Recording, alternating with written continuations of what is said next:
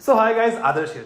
आज की इस वीडियो में यार हम लोग वेस्ट बंगाल के अंदर आने वाले one of the best engineering college, और मैं वेस्ट बंगाल कह रहा हूं, आप वेस्ट बंगाल नहीं कहें, अगर आप इंडिया के टॉप 15 या टॉप 20 इंजीनियरिंग कॉलेजेस को उठा के देखेंगे तो जरूर इस कॉलेज का नाम आता है। मैं आज उस कॉलेज के बारे में बात कर रहा हूं जिसके बीच में, मतलब अगर आप पिछले 5 से 10 साल के बीच में अगर र्यूमर्स उठा के देखेंगे तो बातें चल रही थी, अटकलें लगाई जा रही थी कि इस कॉलेज को IIT में तब्दील कर दिया जाएगा।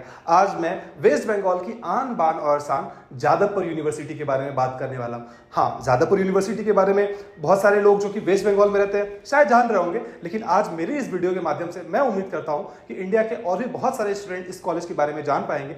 अगर आपने पिछले साल की WBJEE की परीक्षा में रजिस्ट्रेशन करके एग्जामिनेशन दिया होगा तब तो आप एडमिशन ले ही सकते हैं, लेकिन अगले साल के लिए भी जो बच्चे प्रिपरेशन कर रहे हैं जेईई मेंस और जेईई एडवांस की, वो बच्चे भी इस कॉलेज के बारे में जान के तैयारी कर सकते हैं और एडमिशन ले सकते हैं। इस वीडियो में मैं इसकी कट ऑफ के बारे में, प्लेसमेंट के बारे में, एडमिशन कैसे ले सकते हैं और भी बहुत सारी चीजों के बारे में डिस्कस करूंगा, और आगे चल के कुछ प्रोज और कुछ कॉन्स के बारे में भी बताऊंगा, जिससे आप लोगों को इस कॉलेज में एडमिशन लेने में कोई भी प्रॉब्लम ना हो। इस कॉलेज के बारे में और जितनी भी सारी डिटेल्स है और कट ऑफ की खास करके, अगर आप कंप्लीट कट ऑफ देखना चाहते हैं वो आपको मेरी डिस्क्रिप्शन बॉक्स में लिंक मिलेगी। जादवपुर यूनिवर्सिटी फुल डिटेल्स है इस तरीके से, वहां पे जाके आप लोग इसकी कंप्लीट कट ऑफ देख सकते हैं। मैं इस वीडियो में भी बताऊंगा, लेकिन कंप्लीट कट ऑफ हर एक चीज A to Z अगर आप देखना चाहते हैं तो हमारी वेबसाइट पे आपको वो चीजें मिल जाएंगी। चलिए स्टार्ट करते हैं। अगर मैं इस कॉलेज की ESTD की बात करूं तो 1955 इसकी ESTD है। इस कॉलेज का एक इतिहास रहा है, बहुत ही ज्यादा पुरानी कॉलेज है और बहुत ही बेहतरीन एलुमनी नेटवर्क आप लोगों को यहाँ पे मिलेगा। चलिए, गवर्नमेंट कॉलेज है डेफिनेटली, ये एक हमारी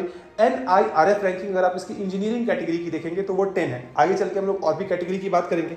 NAC A एक्रीडेशन इस कॉलेज को मिला हुआ है, और ये कॉलेज हमारी जादवपुर एक जगह की नाम है, वहां पे ये स्थित है, जो कि वेस्ट बंगाल में हमारा आता है। ओवरऑल रैंकिंग जो मिली थी वो है 13।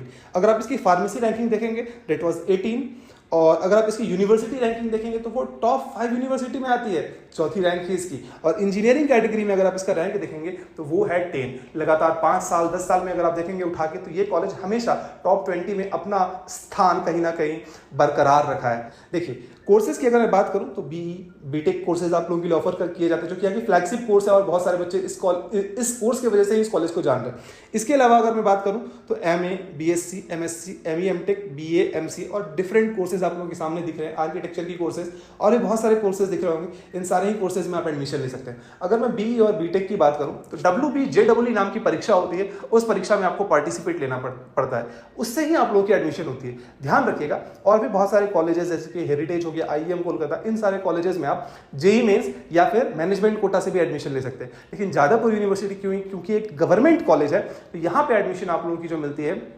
वो मिलती है सिर्फ और सिर्फ WBJEE के थ्रू। मैं BE BTech के बारे में कह रहा हूँ, ध्यान रखिएगा इस बात को। और दूसरी बात ये कि यहाँ पे आप लोगों को IITs और NITs के जैसा 75% क्राइटेरिया नहीं है। यहाँ पे अगर आपकी क्लास 12 में 60% भी परसेंटेज अगर होती है तो भी आप लोग इस कॉलेज में एडमिशन वो ले सकते हैं। अच्छा, यहाँ पे थोड़ी रिजर्वेशन वाली सिस्टम है। इसका मतलब ये है कि होम स्टेट और अदर स्टेट वाली सिस्टम है।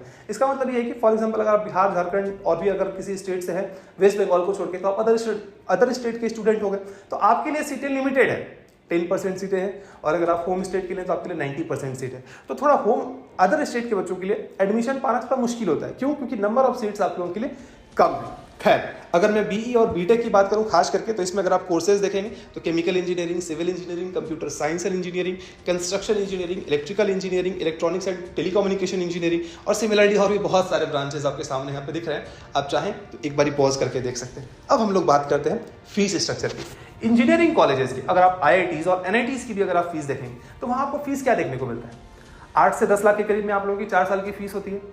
और उसके बाद फॉर एग्जाम्पल अगर आपकी जो पेरेंटल इनकम है वो अगर 1 लाख से कम होती है या 5 लाख से कम होती है, उसके बेसिस पे आप लोगों को स्कॉलरशिप मिलती है। लेकिन अगर आप जादवपुर यूनिवर्सिटी की अगर आप फीस उठा के देखेंगे तो per year fees is only 2400। 4 साल का फीस अप्रॉक्सीमेटली 10,000। उसके बाद जो हॉस्टल की फीस लगती है वो भी एकदम मिनिमल है, बहुत कम, मतलब 20-25 हज़ार में आपकी इंजीनियरिंग कंप्लीट हो जाएगी अगर आप IT इंफॉर्मेशन टेक्नोलॉजी को छोड़ के और किसी भी ब्रांचेस में एडमिशन लेते हैं तो। जस्ट इमेजिन कि 20 से 25 हज़ार में आपकी पूरी की पूरी BTech कंप्लीट हो जा रही है। हाँ, उसके बाद आपकी जो साइड से एक्सपेंसेस होती है वो आपकी एक्सपेंस है, लेकिन कॉलेज एक्सपेंस सिर्फ और सिर्फ इतना ही है। मुझे और कोई कॉलेज प्रतीत नहीं होता जिसकी इतनी कम फीस होगी।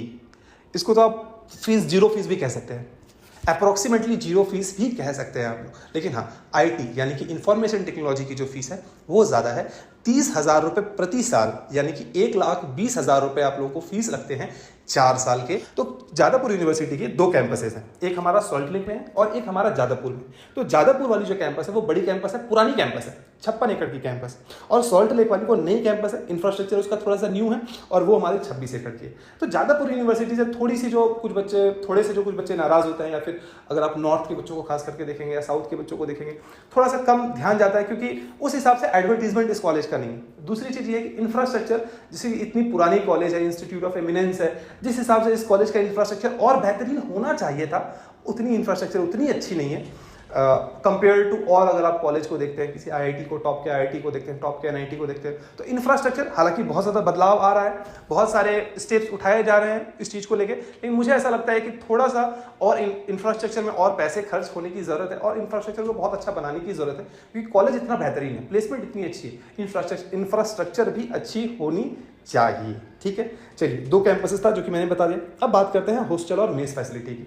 देखिए, थोड़ा सा अगर आप कुछ बच्चे, बहुत सारे बच्चे डरते भी हैं रैगिंग वगैरह को लेके, तो हाँ, रैगिंग पास्ट में हुआ करता था। अब करंट सिनेरियो क्या है वो मैं आपको 100% आपको बता नहीं सकता, लेकिन हाँ, जादवपुर यूनिवर्सिटी में अगर आपकी एडमिशन हो जाती है तो मैं आपको कहूँगा कि प्रेफर आप ये कीजिए कि अगर साइड में अगर आपको कोई हॉस्टल या लॉज फैसिलिटी अगर मिल जाए, तो वहाँ पे अगर आप रह के अगर आप पढ़ाई करेंगे, तो मेरे हिसाब से मुझे ऐसा लगता है कि वो आप लोगों के लिए ज़्यादा बेहतर होगा अगर आप हॉस्टल में रहते हैं उसके बनस्पत। हाँ, हॉस्टल में रहने का एक अलग फ़ायदा है, एक अलग मज़ा है, बहुत सारी चीज़ों को आप इंजॉय करते हैं, लेकिन अगर आप हिस्ट्री उठा के देखेंगे थोड़ा सा, तो कहीं ना कहीं आपको ऐसा लगेगा कि अगर मैं कहीं बाहर पे रूम लेके रह लूँ या फिर लॉज में रह लूँ, तो वो आप लोगों के लिए ज़्यादा बेहतरीन होगा। तो हॉस्टल, वैसे अगर फैसिलिटी की बात करूँ तो इन टोटल 13 हॉस्टल्स हैं आप लोगों के लिए, जिसमें से 4 हॉस्टल्स वो गर्ल्स के लिए हैं, सेपरेट हॉस्टल, और 9 हॉस्टल जो हैं वो बॉयज़ के लिए, जहाँ पे आप लोगों को मेस फैसिलिटी भी मिल जाती है, और मेस में वेज नॉनवेज दोनों ही खाना मिलता है। डेफिनेटली आप वेस्ट बंगाल में रहे और नॉनवेज ना मिले, ऐसा हो ही नहीं सकता, तो वेज और नॉनवेज दोनों ही चीज़ों की फैसिलिटी यहाँ पे मिल जाती है। अब बात करते हैं कि कितनी एकोमोडेशन आप लोगों को वहाँ मिलती है। इसका मतलब ये है कि कितने बच्चे रह सकते हैं हॉस्टल्स पे। Total accommodation as per website data is 1876। उसके बाद अगर आप मेल कैंडिडेट की बात करें तो 1254, और फीमेल कैंडिडेट की बात करूँ तो 622 बच्चे वहाँ पे एकोमोडेट हो सकते हैं हॉस्टल में।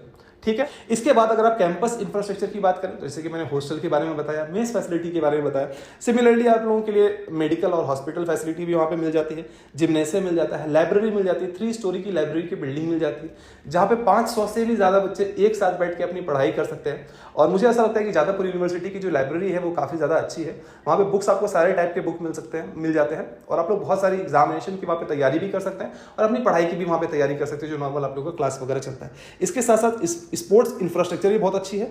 स्पोर्ट्स इंफ्रास्ट्रक्चर के बारे में थोड़ी देर के बाद हम लोग डिस्कस करेंगे।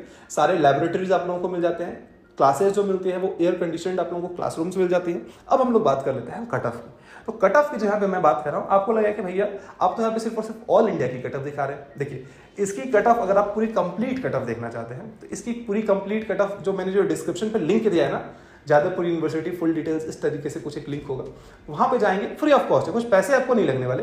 वहाँ पे जाके आप लोग कंप्लीट कट ऑफ दे सकते हैं। फिलहाल हम लोग ऑल इंडिया कट ऑफ देख लेते हैं। ऑल इंडिया कट ऑफ में अगर आप सिविल इंजीनियरिंग के लिए देखेंगे, ओपन कैटेगरी के लिए, जब मैं ऑल इंडिया की बात कर रहा हूँ, तो ऑल इंडिया की जब मैं बात कर रहा हूँ तो फॉर एग्जाम्पल आप बिहार से हैं, उड़ीसा से हैं, बंगाल को छोड़ के किसी भी और राज्य से हैं अगर, तो आपको कैटेगरी का फायदा नहीं मिलेगा। इसका मतलब ये है कि अगर आप बिहार से हैं और एक एसटी स्टूडेंट हैं, आप चाहेंगे कि मुझे कैटेगरी का फायदा मिले, तो वो आपको जादवपुर यूनिवर्सिटी में नहीं मिलेगा। लेकिन हाँ, अगर आप एक वेस्ट बंगाल के स्टूडेंट हैं, तब आपको आपकी कैटेगरी का फायदा जरूर से जरूर मिलेगा। क्यों? क्योंकि आप लोग होम स्टेट के स्टूडेंट हैं, इस वजह से। ठीक है, तो अगर आप ऑल इंडिया कट ऑफ देखेंगे ओपन कैटेगरी के लिए सिविल इंजीनियरिंग, तो अगर आपकी 2028 रैंक पिछले साल के हिसाब से अगर बनती तो आपको कॉलेज मिल जाता। अगर आप कंप्यूटर साइंस का अगर उठा के देखें, जो कट ऑफ थी वो थी 52, 52 रैंक पे ये कॉलेज हमारी क्लोज हो गई थी।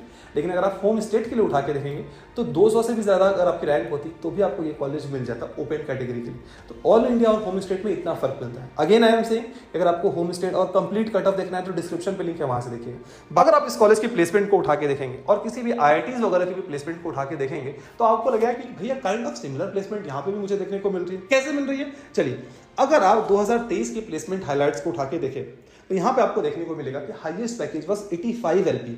Previous year it was more than 1 CR। But इस साल 2023 की प्लेसमेंट आप सबको पता है कि उतनी अच्छी IITs की भी नहीं रही। जादवपुर यूनिवर्सिटी की भी वैसे अगर आप पिछले 2-3 साल में उठा के देखेंगे तो 1 CR से प्लस रहता था, but this year it is 85 lakh, जो कि फिर भी बहुत अच्छी है। उसके बाद कितने नंबर ऑफ ऑफर्स मिले? 1200 से ज़्यादा ऑफर किए गए। कितने स्टूडेंट ऐसे थे जिनको 45 से लेके 80 लाख के बीच में प्लेसमेंट लगी? 35 स्टूडेंट। 35 स्टूडेंट को 45 लाख से 80 लाख के बीच में जॉब लगी। कितनी बड़ी चीज है। जो वीडियो देख रहे हैं आप इस चीज को समझ पा रहे हैं। अगर मैं 35 लाख से 45 लाख के बीच में बात करूं तो 100 से भी ज्यादा स्टूडेंट को 35 से लेके 45 लाख के बीच में जॉब लगी। तो अगर आप मैकेनिकल इंजीनियरिंग देखेंगे, मीडियन सैलरी वाज 7.50 लाख और हाईएस्ट सैलरी वाज 22.75 एलपीए और average was 7.66 LPA. Civil engineering के लिए अगर आप प्लेसमेंट देखेंगे तो 95% अप्रोक्सीमेटली बच्चों को प्लेसमेंट लगी। Median salary 6.5 lakh, average 6.9 lakh और हाईएस्ट सैलरी 16.5 लाख। सिमिलरली यहाँ पे आप लोग देख सकते हैं electrical engineering, chemical, information technology के लिए हाईएस्ट पैकेज बस 46.38 लाख। आप लोगों को प्लेसमेंट डेटा दिख रहा है, ये ऑनगोइंग प्लेसमेंट का डेटा दिख रहा है। तो इसमें थोड़ी बहुत फेरबदल हो सकती है और पूरा डेटा अभी तक अपडेट नहीं किया गया। क्यों? क्योंकि वेबसाइट पे तो अपडेट की नहीं जाती। तो जो सोर्सेज है, जो प्लेसमेंट की डेटा जो पता चली है, वो मैं आप लोगों को यहाँ पे बता रहा हूँ। आप लोगों की ब्रांच वाइज यहाँ पे कितनी प्लेसमेंट किस तरीके से रही, आप चाहें तो अगर पॉज करके देख सकते हैं।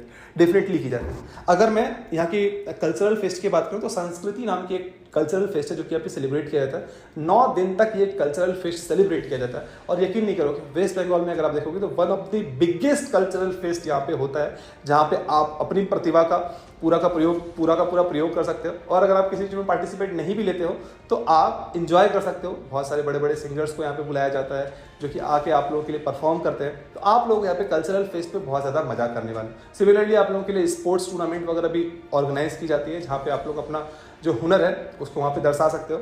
अब मैं जब स्पोर्ट्स टूर्नामेंट की बात कर रहा हूँ तो अब कुछ बच्चों के दिमाग में ये आ रहा हो कि भैया स्पोर्ट्स इंफ्रास्ट्रक्चर इस कॉलेज की क्या है। कि 2 फुटबॉल ग्राउंड है, 2 बास्केटबॉल ग्राउंड, 4 वॉलीबॉल कोर्ट है, 1 टेनिस कोर्ट है, 1 कॉमन हैंडबॉल कोर्ट है, 15 टेबल टेनिस बोर्ड्स हैं। उसके साथ साथ यहाँ पे फुटबॉल ग्राउंड है, क्रिकेट ग्राउंड है 2, तो और भी बहुत सारे फैसिलिटीज आप लोगों को मिलते हैं। अगर आप कैंपस देखेंगे तो 56 एकड़ की थी हम लोगों की मेन कैंपस और 26 एकड़ की हम लोग की सेकंड कैंपस थी। तो कैंपस बहुत बड़ी है। तो स्पोर्ट्स इंफ्रास्ट्रक्चर की अगर बात करूँ तो सारे तरीके की स्पोर्ट्स इंफ्रास्ट्रक्चर आप लोग को इस कॉलेज में देखने को मिल जाएंगे। आप मुझे अपना ड्रीम कॉलेज कमेंट बॉक्स में कमेंट करके जरूर बताइएगा। और भी कॉलेजेस की अगर आप रिव्यू देखना चाहते हैं तो डिस्क्रिप्शन पे कमेंट बॉक्स में मुझे कमेंट करके जरूर बताइए कि मैं किस कॉलेज के बारे में रिव्यू लेके आऊँ।